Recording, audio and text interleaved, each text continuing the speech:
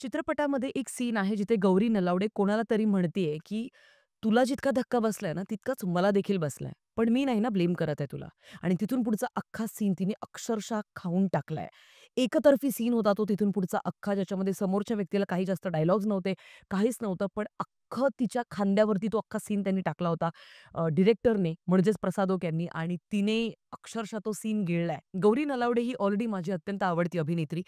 तिचा गोदावरी या सिनेमातलं कामसुद्धा मला खूपच जास्त आवडलं होतं. फार कमालीची अभिनेत्री ती आहे आणि मला असं वाटतं, की या सिनेमामध्ये तिने सगळ्यांना मागे टाकत तिचा परफॉर्मन्स अत्यंत सुंदररित्या आपल्या सगळ्यांसमोर दिलाय.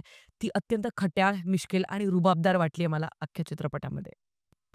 एनिवे गाईज मी आता वडापाव या चित्रपटाचा रिव्ह्यू घेऊन आली आहे तुमच्या सगळ्यांसमोर आणि अख्ख्या चित्रपटामध्ये गौरी नलावडे या एकुलत्या एक अभिनेत्रीचं काम मला फक्त आवडलंय. बाकी सगळ्यांचं लिटरली बिलो एव्हरेज काम आहे आणि एक-एक करून आपण जाणून घेऊ. आपण सध्या प्लॉट सगळ्यात आधी जाणून घेऊया. तर अभिनय बेर्डे जो आहे, त्याला एका मुलीवर प्रेम असतं. तर त्याला लग्न करायचंय तिच्याशी. मग तो तिला घरी आणतो आई-बाबांना भेटवण्यासाठी किंवा घरच्यांना भेटवण्यासाठी आणि मग त्याच्यानंतर असं काय होतं, की मग त्याचं जर का तिच्याशी लग्न झालं, तर मग घरात सगळं खूप मोठं वादळ येणार आहे किंवा बऱ्याच वेगवेगळ्या गोष्टी घडणार आहेत. आणि खूपच जास्त अख्खा तांडव होणार आहे. तर ह्या सगळ्या गोष्टी बघण्यासाठी तुम्हाला वडापाव हा चित्रपट पाहावा लागेल. आता इतका सिंपलचा असा प्लॉट आहे आणि याच्या आजूबाजूला जितक्या काही गोष्टी घडतात त्या सगळ्यांबद्दल आपण इन डिटेल चर्चा करणार आहोत. सगळ्यात आधी पॉझिटिव्ह ॲस्पेक्ट्सबद्दल बोलूया, ज्या गोष्टी मला आवडल्या चित्रपटाच्या. फक्त गौरी नलावडे हिचा परफॉर्मन्स, बाकी काहीच नाही. खरंच सांगते म्हणजे चित्रपटाचं सुद्धा खूपच एव्हरेज आहे. चित्रपटाची गाणीसुद्धा म्हणजे एकच सॅड सॉन्ग आहे. तेवढंच एक डिसेंट सॉन्ग मला वाटलं. पण बाकीची जी गाणी लग्नाच्या आजूबाजूचं जे गाणं असेल किंवा इतर जी गाणी आहेत, नाही. चित्रपटाचं संगीत डिपार्टमेंट आणि इतरही जेवढे ॲस्पेक्ट्स आहेत ते अत्यंत बिलो एव्हरेज आहेत. फक्त गौरी नलावडे एवढा एकच प्लस पॉइंट आहे अख्ख्या चित्रपटाचा. आता वळूया निगेटिव्ह ॲस्पेक्ट्सबद्दल. एक-एक करून सांगते. लिस्ट ॲक्चुअली खूप लांबलचक आहे and I am literally exhausted guys because 2 तारखेला सदर्न इंडस्ट्रीजमधनं कन्नडा इंडस्ट्रीमधनं कांतारा चॅप्टर 1 हा रिलीज होतो. बॉलिवूडकडनं सनी संस्कारी आणि तुलसी कुमारी हा एक चित्रपट रिलीज होतो आणि वडापाव हा चित्रपट मराठी इंडस्ट्रीमधनं रिलीज होतो. You see the graph. या आहेत प्रायोरिटीज. हा आहे डिफरन्स वेगवेगळ्या इंडस्ट्रीजचा. एकाच दिवशी रिलीज होणारे हे 3 सिनेमे आपापल्या इंडस्ट्रीला रिप्रेझेंट करतायत आणि मला असं वाटतं हे कंपॅरिझन फार महत्त्वाचं आहे आणि जर का मराठी इंडस्ट्रीबद्दल बोलायचं झालं तर मी आजवर जितक्याही वर्षांपासून मराठी इंडस्ट्रीतल्या या मराठी सिनेमाचे रिव्ह्यूज देत आली आहे. मी कधीच मराठी चित्रपटाची स्पर्धा इतर इंडस्ट्रीतल्या सिनेमासोबत कधीच नाही केली आहे किंवा कंपॅरिझन सुद्धा नाही केले अनलेस अँड अंटिल तो एक रिमेक असावा एखाद्या बॉलिवूडचा किंवा त्या पर्टिक्युलर एखाद्या इंडस्ट्रीचा. पण त्या व्यतिरिक्त मी कधीच मराठी सिनेमाचं कंपॅरिझन हे बॉलिवूड, मल्याळम, तेलुगू, कन्नडा, तमिळ कुठच्याच सिनेमासोबत कधीच करत नाही. बिकॉज आय गेट इट की आपल्या बजेटचा इश्यू आहे आणि आपण ती म्हणजे 19-20 चा फरक नसून तो 1 आणि 19 चा असा फरक आहे. त्याच्यामुळे ते कधीच कंपॅरिझन होऊ शकत नाही. त्याच्याचमुळे मी मराठी चित्रपटाला कधी जाताना स्वतःला हे सांगत असते, की मागचे 5 सिनेमे मराठी कुठले पाहिले होतेस ते आठव आणि आता बस या चित्रपटाला पाहायला. तर अशा पद्धतीने आपण चर्चा करूया वडापाव चित्रपट हा का फसलाय आणि का या चित्रपटातले कुठल्याच डिपार्टमेंटमधलं काम तुम्हाला इम्प्रेस नाही करत. एक-एक करून जाणून घेऊया. वडापाव हा चित्रपट आपल्या सगळ्यांसमोर वडापाव घेऊन येतो आणि नंतर हा वडापावलाच विसरून जातो. म्हणजे या चित्रपटाचं नाव वडापाव दिलेलं आहे.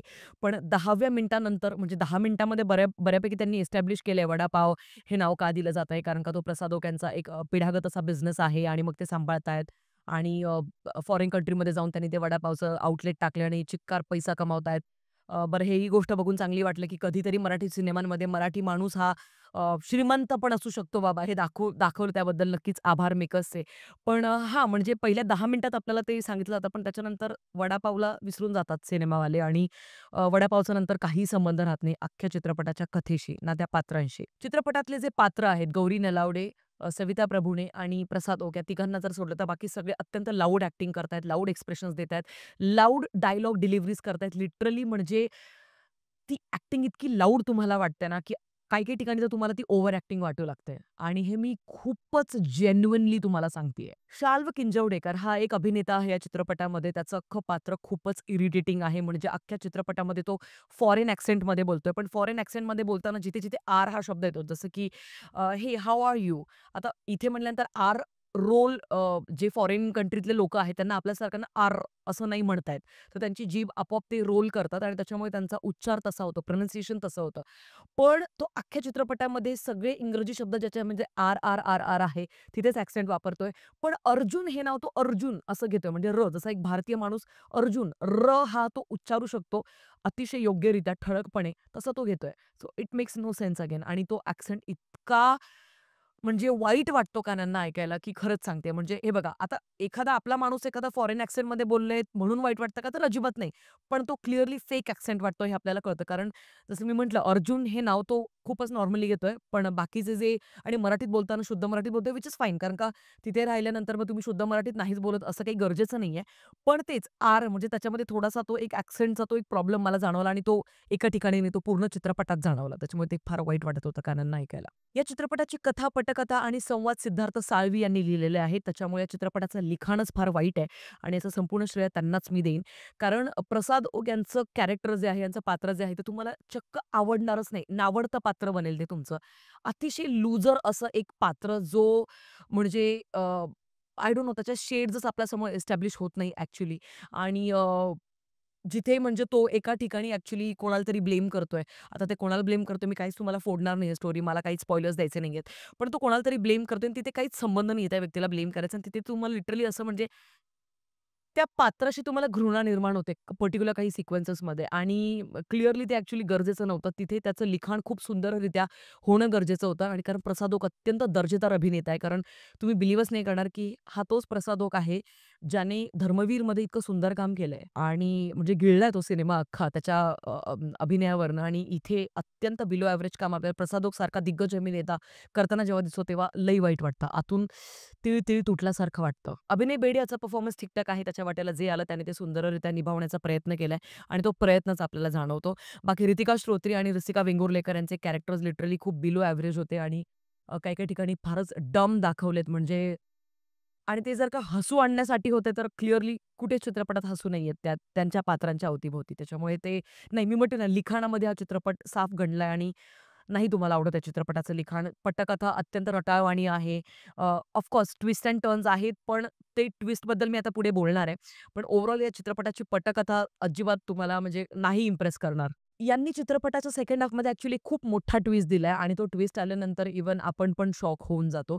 पण तो ट्विस्ट ॲक्चुअली अननेसेसरी होता. म्हणजे त्याच्याऐवजी वेगळा काहीतरी एक अँगल द्यायला हवा होता. पण त्या ट्विस्टमुळे काय झालं, की सगळी मजा निघून जाते चित्रपटाची. तुमचा रस निघून जातो. तुम्ही आत्तापर्यंत ज्या कॅरेक्टरसोबत अगदी असं ट्राय करत असता, खूप ट्राय हार्ड करत असता, की त्या कॅरेक्टरसोबत फील करा किंवा ठीक आहे बाबा आता पुढे काय होईल किंवा कशा पद्धतीने. जसा तो एक ट्विस्ट येतो तुमची अख्खी मजा निघून जाते आणि आय डोंट नो फार भंगार असा म्हणजे हाच एक शब्द आहे, की भंगार असा एक तो ट्विस्ट होता. नाहीच आवडला तो ट्विस्ट म्हणजे नाहीच गळ्याखाली झेपतच नाही तो ट्विस्ट ॲक्चुअली. आणि चित्रपटाच्या शेवटी त्या ट्विस्टमुळे जे काही सोल्युशन काढलंय ते अजिबात कन्विन्सिंग नाहीये आणि तुम्ही अतृप्त झाल्यासारखं तिथून उठता. चित्रपट संपल्यानंतर बाहेर येताना तुम्ही फार अतृप्त फील करता आतून आणि खूप इन्कम्प्लीट वाटू लागतं सगळं काही. खूप भकास वाटू लागतं. अतिशय घाणेरडी फीलिंग असते ती. नाही, चित्रपट तुम्हाला अजिबात समाधान देत नाही आणि कोणाच्या तरी घरी आपण जेव्हा जातो, आपल्याला प्रचंड भूक लागलेली असते आणि आपण जेवणाच्या वेळेत गेलोय आणि मग तिथे ज्यावेळेला जी वाढणारी व्यक्ती असते, तिचा हात जर का आखूड असेल जेवण वाढताना, की तुम्हाला एक चपाती खायची आहे, पण ती फक्त चतकोर जर वाढते, तर ती जी फीलिंग असते ना, एक्झॅक्टली तशी फीलिंग होती. सो एकंदरीत या चित्रपटाच्या लिखाणामुळे, वाईट लिखाणामुळे ॲक्चुअली आणि कॅरेक्टर्सला अजिबात शेड्स नाहीयेत. मल्टिपल अँगल्सनी त्या कॅरेक्टर्सला शेड्स द्यायला हवे होते, लेयर्स द्यायला पाहिजे होते. जेणेकरून ते कॅरेक्टर्स अजून जास्त तुमच्या जवळचे तुम्हाला वाटू लागले असते किंवा तुम्ही त्यांच्यासाठी फील काहीतरी करू शकला असता. एका ठराविक मोमेंटनंतर तुम्ही चित्रपटांच्या कॅरेक्टर्ससाठी काहीच फील करत नाही. काहीच फीलच होत नाही तुम्हाला ॲक्चुअली. तुम्ही मख्खासारखे बसलेले असतात आणि it's very sad to see that because Prasad Oak यांचा 100वा अभिनेता म्हणून चित्रपट होता आणि मी खूप एक्सायटेड होते because I like him as an actor आणि त्याच्याचमुळे मला खूप वाईट वाटलं ॲक्चुअली. दिग्गज कलाकारांसोबत ज्यावेळेला अशा पद्धतीचे चित्रपट घडतात ना, मी घडतात हा शब्द जाणून-बुजून वापरतेय.